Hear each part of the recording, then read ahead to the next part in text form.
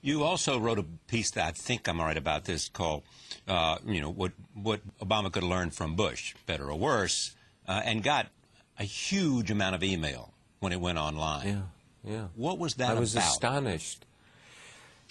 It was about people being angry, saying, gee, how come, you criticize Bush or say these are the mistakes Bush made that Obama can learn from. And then about half of the people saying, oh, that's a really good list. That applies not just to Obama, but just to anyone undertaking a new office or a project or a series of responsibilities. For instance, one of the core conclusions I reached was you have to have an open debate in the National Security Council on those issues, or in the Economic Council on those issues, and it can't be just chummy. It can't be one of those things where it's scripted. You really have to get the issues out on the table. For instance, Vice President Cheney had these meetings, lunches with President Bush, and would whisper in his ear, this is what I think you ought to do. And whether you like or don't like Cheney, he's a good advocate.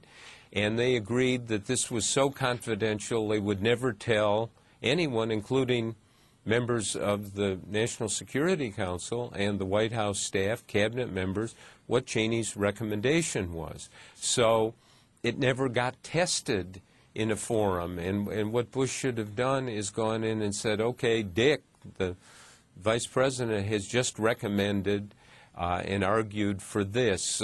Dick, tell him what you think, and now let's debate it.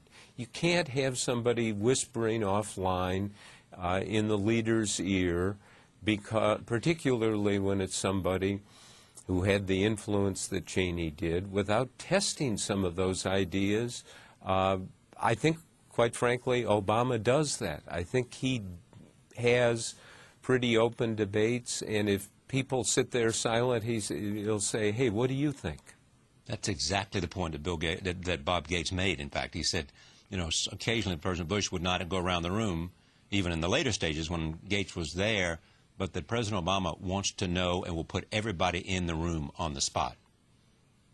And President Bush, as he told me repeatedly in the interviews I did for I wrote 4 books on him, he said, I'm a gut player. I'm not a textbook player.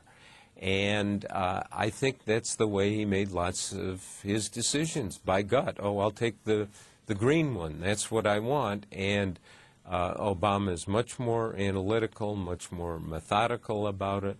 How is that going to necessarily lead to better decisions?